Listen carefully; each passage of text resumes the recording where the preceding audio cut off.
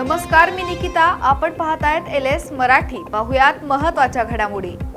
उपमुख्यमंत्री एकनाथ शिंदे दिल्ली दौऱ्यावर. थोड्याच वेळात खासदारांसह दिल्लीत पोहोचणार. एनडीए मधील वरिष्ठांची भेट घेण्याची शक्यता.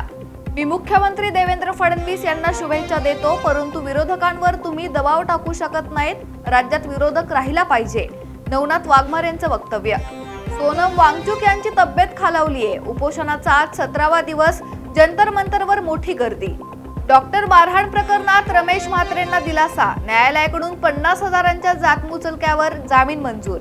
जेजुरीमधील सुलतानपूर बंधाऱ्यात विजेच्या धक्क्याने मजुराचा दुर्दैवी मृत्यू. मंचर पोलिसांकडून आकस्मिक मृत्यूची नोंद करून पुढील तपास सुरू. उल्हासनगरच्या बिर्ला गेट येथील अपघाताचा सीसीटीव्ही फुटेज समोर. मात्र परिवाराचा सीसीटीव्ही अपुरा असल्याचा आरोप. कुटुंबाकडून सखोल चौकशीची मागणी. रायगडच्या पेण तालुक्यात 5 वर्षीय चिमुकलीचे अपहरण करून निर्घृण हत्या. आरोपी पोलिसांच्या ताब्यात.